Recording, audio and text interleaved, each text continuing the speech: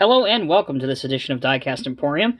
Today we'll be taking a look at the latest trio 1/64 scale additions to the Diecast Masters collection.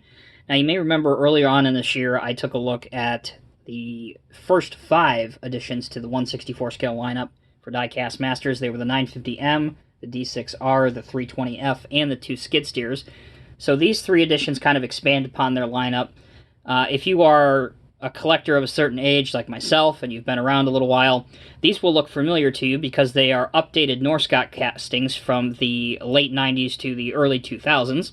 But they do have some updated graphics, kind of with the newer style Cat Power Edge logo on them from 2007 when Cat updated that. So we'll take a look at each of these. We'll take a look at the functionality, and obviously we'll take a look at their packaging as well. So the first one that we will start out with is the 775E off-highway dump truck. The interesting thing about these is they don't traditionally come in the style of box that you're most familiar with from Diecast Masters. They come in these style boxes right here, this style packaging. So you can clearly see the model in here. That's how it comes. It kind of has this quarry style background in it. It's got a picture of the truck on the side. In this case, it's item number 85616. And it does have the specification details for the truck on the back.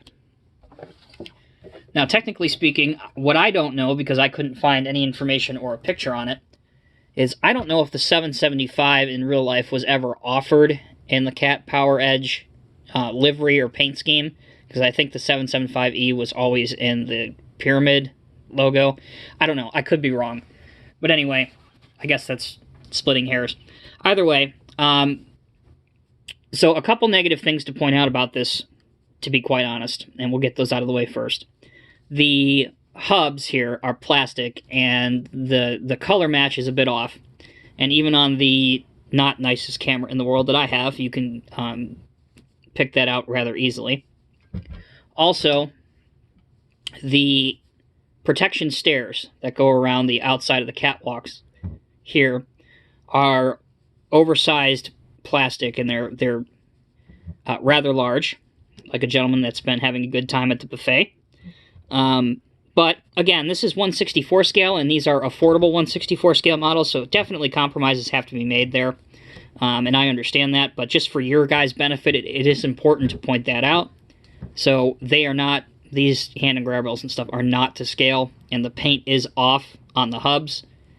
But other than that, the functionality is respectable. If you have a dump truck, you obviously want the dump bed to dump, and as you can see, you can get a respectable angle there.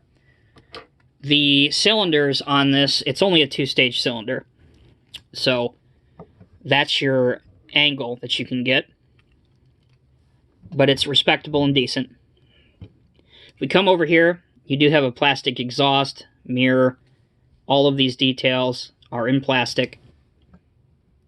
The front tires do steer, so you can pose it at an angle, which is good to see. You always want to have steering on any model. Underneath, and this is never a very big deal to me, and one that I don't really particularly pay too much attention to, is the underside detail, but, and this was the case on the Norscot version of this as well, they actually paid a decent amount of attention to the detail. So you can see here, you have your steering here, you have your transmission that goes all the way to your back axle, your diff, all of this stuff they actually modeled. So if for whatever reason you want to pose your model having a horrific accident, you have a respectable amount of detail underneath. So that is the 775.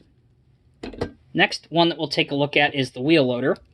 This is the Cat 988H, and it's item number 85617. Again, same style packaging, same background. The only difference is, obviously, the pictures and things. And there's the specification details for this machine. You are welcome to pause the video and read that if you'd like. For time constraints, we will move along and take a look at the model. Alright, once again, starting off with the couple flaws. The plastic hand and grab rails, again, are way too fat and out of scale. But for 1/64 scale, the smaller you go with any model, you're going to have modeling compromises made. That's just the way it is. Whether it's the rivets not being painted or whether it's some things being out of scale, It's just the way that it is. However, as someone who cares very much so about models and the future of the models, and I always want to see improvements made, I like to give my 2 cents on how just little things could be improved down the road. And that's one thing that I think could be worked on. So those are out of scale and a little bit too big. Obviously, the rivets and stuff aren't painted. But the big issue with this model is the functionality of the loader arm. So here it is in a raised position, and as soon as I move my hand, it starts to go down and down and down and down. So that is an issue, and I'm not sure if it's just with the review model that I have or if it's an issue affecting all of these. My guess is that it's due to these rams being plastic right here, and this is an all die-cast metal component, and this is just a really heavy assembly for this plastic to try and hold up. So that is probably why it's not strong enough to support the weight. But either way, the dump angle is okay. The carry angle is also somewhat decent. But perhaps this could have been engineered better. Conversely, the articulation is very good. So you can pose the machine turning if you would like to. Also, the implementation of the graphics, such as the 988H Caterpillar up here, those are all done up very, very nicely and look very good. So that is the 988H wheel loader. Now, let's imagine for a second, in a perfect world, that this did stay up by itself. You could pose this with the 775 because it is high enough, well high enough, to clear the side of this and dump into it. So that's something that I look for if you wanted to buy both of these. So that's good. All right, and the last one that we'll take a look at, and the one that probably is the favorite of the three, this is the CAT 385CL hydraulic excavator. It's model number 85614. Here's a picture of the machine, and again, if you'd like to read the specification details, you are more than welcome to. One thing that I found kind of cool about this was that they included the shipping height and the transportation width. That's not usually on these specification details, so I kind of found that cool. All right, here is the model. It has a falling rock protection guard on the cab that is plastic, but it's nice to see that it's on there. Just a little detail that they didn't have to include, but I like it. Unfortunately, on this particular model, the tracks, as you can clearly see, are plastic. The silver lining is that it is affixed with a Phillips screw, so if you wanted to swap undercarriages from another model, you could easily do that. The Diecast Masters logo is under here. Here is your item number, but other than that, not much to write home about in terms of detail underneath. Again, not something that personally bothers me at all. Nice cat graphics here. One nice feature about this is if you look here on the lifting eyes, although plastic, they're actually drilled through. So that adds to the immersion factor and the realism factor. Back here you have lights and the cat logo. Your anti-slip walkway is actually has a pattern on it, as you can hear. Great to see that. You have warning labels here on the back right here. And if you look on the track frame, you have what appears to be tie-down points and tie-down graphics for transport. As you can see, I kind of have it in a folded up for transport pose here. The bucket will not stay curled all the way back by itself. However, most other aspects in terms of functionality on this model are good. You can see that it goes up to a decent height.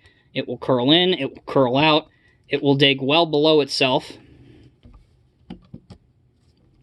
And let's bring our friendly 775E back. You can have this thing loading a 775, no problem. Actually, let's have a slightly more realistic pose. There we go. So overall, These are nice, solid additions to the 1/64 scale lineup by Diecast Masters. And the whole point for doing 1/64 scale models of cat equipment is, other than there's a huge market for it, is that they are very affordable and they're marketed towards collectors of all ages. So they're not designed to have the highest degree of detail.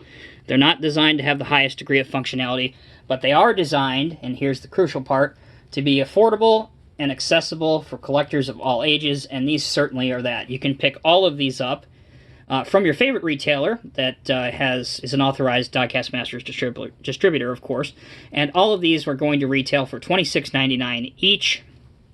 So you get good play value, and I believe they're priced reasonably, so you can definitely pick them up for a good and decent price. Again, at the end of this video, if you guys want to see the other 1/64 scale models by Diecast Masters, by all means, click on the link, and you can check them out. As always, guys, thank you very much for watching. I hope you enjoyed the video. If you have any comments, questions, or concerns, please post them in the comments section below. Until next time, take care, be safe, and we'll see you in the next video.